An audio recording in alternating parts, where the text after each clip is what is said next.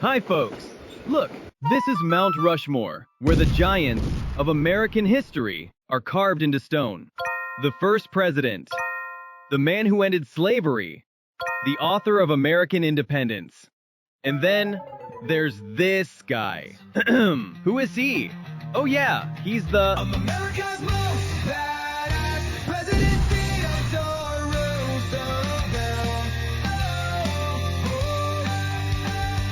The man was born in 1858. He was a sickly kid with asthma, spending most of his early years stuck in bed. He couldn't even attend the school like other kids and was homeschooled instead. But his father wasn't about to cut him any slack. Nope! He built a home gym and made young Teddy lift weights, box, and toughen up. By age 7, Teddy got his hands on a discarded seal head from the market, and voila! He was hooked.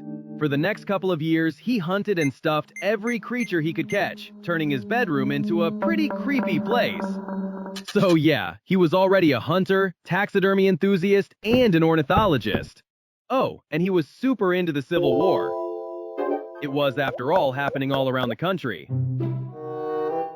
Teddy's father didn't fight in the Civil War because, well, his wife's family, meaning Teddy's uncles James and Irvine, were fighting for the wrong side, and nobody wanted those awkward Thanksgiving dinners. Instead, as was common for wealthy men at the time, he paid someone else to fight in his place. Young Teddy adored his father, but deep down, he thought that was kind of lame, so he made a silent promise. If I ever get the chance, I'll make up for it. Fast forward to 1865. The Civil War ended, and just 5 days after the Confederate surrender, Abraham Lincoln was assassinated. In New York, a huge crowd gathered for Lincoln's funeral.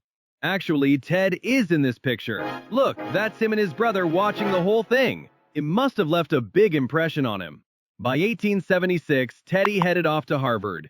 Was he a genius? Nope. Moreover, people thought he was kind of weird. While he wasn't the best student, he was a powerhouse in physical activities. He joined the rowing team and even became the runner-up in the Harvard Boxing Championship. During his junior year, he met Alice Hathaway Lee. By 1880, they were married. That same year, he joined the Republican Party. And back then, the Republican Party was a pretty cool party. And a year later, he got elected to the New York State Assembly, and he wrote his first published book, The Naval War of 1812, which solidified his reputation as a serious historian. Everything going great, right? I have news for you, Mr. Roosevelt. The good news, you have a healthy newborn baby girl. But the bad news, today your mother passed away. And also, your wife. Devastated, Teddy coped the only way he knew how, by throwing himself into work. He became a relentless, corruption-sniffing politician in New York. But when he lost favor with party leaders, he decided, screw it, I become a cowboy.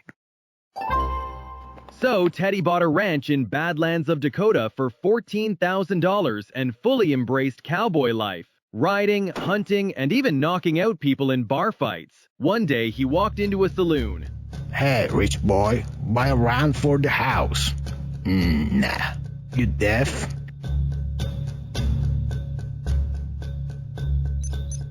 And that's how Teddy brought a fist to a gunfight and won! I love living here. I will live here forever. But then a brutal winter wiped out his cattle. Time to go back to New York. Back home, he set out to reform the police force, and in 1895 became New York's police commissioner, earning a reputation for fighting corruption. Meanwhile, Teddy supported McKinley's presidential campaign and was rewarded with the role of Assistant Secretary of the Navy. Then came the Spanish-American War. Remember the promise he made as a kid? If I ever get the chance, I'll make up for it. I want you to prepare for the war. Okay, I resign. Hello? Then Teddy called his friends. Cowboys, Native Americans, college athletes, even his wealthy pals. He assembled a volunteer cavalry unit and named them the Rough Riders. He took them all to Cuba. At San Juan Hill, he charged ahead, leading his men to victory and becoming a national hero overnight. After the war, Teddy was elected governor of New York. Party leader Tom Platt hated him because he couldn't control him, so he schemed a plan. Hey, wanna be vice president? No, sounds boring. Hey, McKinley, wanna make Teddy VP? No, he's a hothead. Right, let's do it anyway. And that's how Teddy became the vice president of the United States. I promoted him to oblivion. During this time, he was bored out of his mind. The plan worked fine until it didn't. McKinley was assassinated by some idiot. Boom. At 42, Roosevelt became the youngest U.S. president. And look, his presidency is a video unto itself. He busted monopolies, created national parks, ensured food and drugs weren't poison, built the Panama Canal, and his foreign policy, speak softly, and carry a big stick. And boy, he did. By 1909, Theodore Roosevelt's wild ride as president came to an end after 2 energetic terms in office. But he wasn't about to just fade into the background. No, sir. Instead, he installed his buddy, William Howard Taft, as his successor. Then he went on a safari. He roamed the wilds of Africa, trapping and killing this number of animals. Everything from tiny insects to towering elephants. Most of them ended up as museum specimen for a Smithsonian. Teddy considered science. The animals probably had a different opinion. Returning home in 1910, he was unimpressed with Taft and ran for president again. There was just one problem. The Republican Party loved Taft more. So Teddy started his own party, the Bull Moose Party. During his campaign, a man in the crowd pulled out a gun and shot Roosevelt in the chest, which killed him. I'm kidding! It just made him angry. Sorry, folks. I've been shot, so I have to keep it short. And he kept speaking for 50 minutes while bleeding. There were 3 contenders in the election that year: Republican Taft, Roosevelt, and Democrat Wilson. He ended up splitting the vote, so while he beat Taft, he lost the election to Wilson. What does a man like Teddy Roosevelt do after losing an election? Sit around and sulk? No! He grabbed his gear and headed to South America for a little trip down an unexplored river in the Amazon. On this charming trip, one guy died, another guy was murdered, and a third guy got left for dead. As for Teddy, he caught malaria and nearly died. But of course, he survived because after all, he was Teddy Roosevelt. Then came the World War I, and 58-year-old Roosevelt saw his chance to relive his glory days. Oh, put me in, boss. I can take him. No.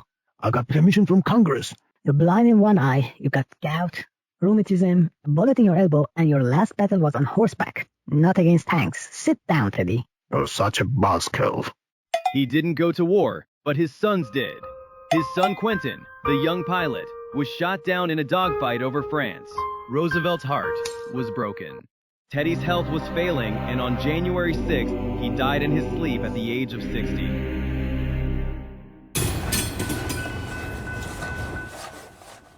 Teddy Roosevelt lived a life bigger than most legends. He was the first president to fly in an airplane, go underwater in the submarine, and also the first president to have a telephone in his home. Not only he was the first president to be awarded the Nobel Prize, but also the first American. Hey everyone, thanks for watching. This whole YouTube adventure is still pretty new for me, so every like, comment, and subscribe helps more than you know. So please, hop on board and let's keep this train moving.